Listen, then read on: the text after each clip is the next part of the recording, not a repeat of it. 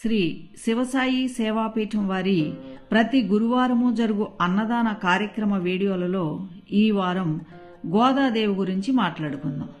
భోగి పండుగ రోజున దక్షిణాదిన వైష్ణవ ఆలయాల్లో శ్రీ గోదా రంగనాయకుల కళ్యాణం అత్యంత వైభవంగా జరుగుతుంది. ఈ సందర్భంగా అసలు గోదా రంగనాయకుల కళ్యాణం ఎలా జరిగింది, భోగి రోజునే ఈ కళ్యాణం జరపడం వెనుక ఉన్న ఆంతర్యం ఏమిటి అనే విషయాలు ఈ కథనంలో తెలుసుకుందాం. గోదాదేవి పేరు వినగానే వైష్ణవ ఆలయాల్లో 30 పాసురాలతో రంగనాథ స్వామిని కీర్తించే తిరుప్పావై గుర్తుకొస్తుంది. గోదాదేవిని ఆండాళ్లని, నాచియార్ అని కూడా పిలుస్తారు. గోదాదేవి విల్లిపుత్తూరులో విష్ణుచిత్తుడనే ఆళ్వారుకు నలనామ సంవత్సరం, కర్కాట మాసం, పుబ్బా నక్షత్రం, ఆషాఢ శుద్ధ చతుర్దశి రోజున తులసి మొక్కలు ఎక్కువగా ఉన్న పూలవనంలో కలుపు తీస్తున్నప్పుడు విష్ణుచిత్తునికి దొరికిన బిడ్డ. 12 మంది ఆళ్వారులు రచించి పాడిన పాసురాలు నాలాయిర దివ్య ప్రబంధంగా, ద్రవిడ వేదంగా ప్రసిద్ధి పొందాయి. ఆ ఆళ్వారులలో గోదాదేవి ఒక్కరే మహిళ. శ్రీరంగనాథుడిని భర్తగా పొందటానికి ధనుర్మాసంలో మార్గళి వ్రతాన్ని ఆచరించిన సందర్భంలో వటపత్ర సాయిని కీర్తిస్తూ గోదాదేవి పాడిన పాసురాలు తిరుప్పావైగా నాలాయర ప్రబంధంలో నిబద్ధమయ్యాయి. ద్రవిడ వేదానికి తిరుప్పావై హృదయం లాంటిది. శ్రీ మహావిష్ణువు ఆజ్ఞ మేరకు సాక్షాత్తు శ్రీ మహాలక్ష్మి భూలోకంలో గోదాదేవిగా అవతరించింది.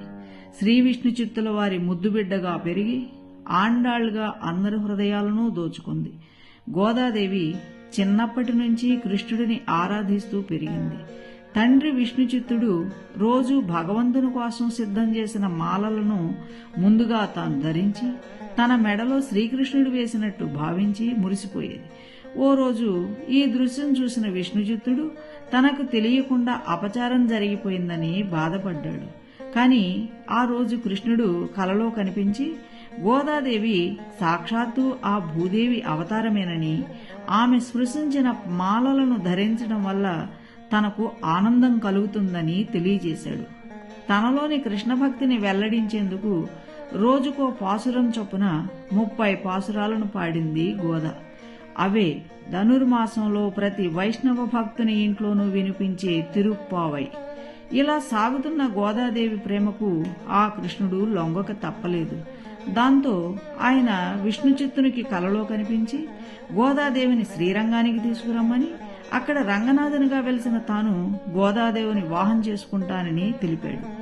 శ్రీరంగంలోని ఆలయ అర్చకులకు కూడా ఈ విషయాన్ని తెలియజేశాడు. కృష్ణుని ఆదేశాలను విన్న విష్ణుచిత్తుల వారి సంతోషానికి అవధులు లేకుండా పోయాయి.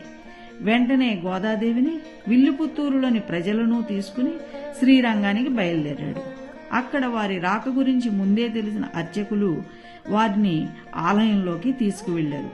పెళ్లి కూతురుగా గర్భగుడిలోకి ప్రవేశించిన గోదాదేవి అందరూ చూస్తుండగానే ఆ రంగనాథునిలో ఐక్యమైపోయింది. ఇదంతా మకర సంక్రాంతికి ముందు భోగి రోజు జరిగింది. అందుకే ప్రతి వైష్ణవాలయంలోనూ భోగినాడు గోదాదేవికి రంగనాథునితో కళ్యాణం జరుపుతారు.